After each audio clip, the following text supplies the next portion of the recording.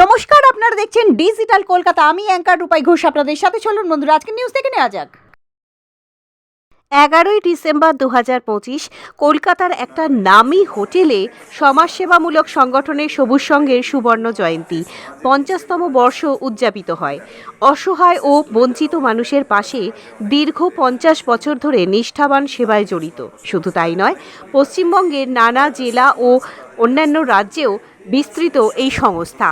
তাদেরকে কাজে লাগিয়ে তাদের যাতে আর্থসামাজিক অবস্থার সার্বিক উন্নয়ন করা যায় তার জন্য বিভিন্ন তিনি পরিকল্পনাটা করেছেন।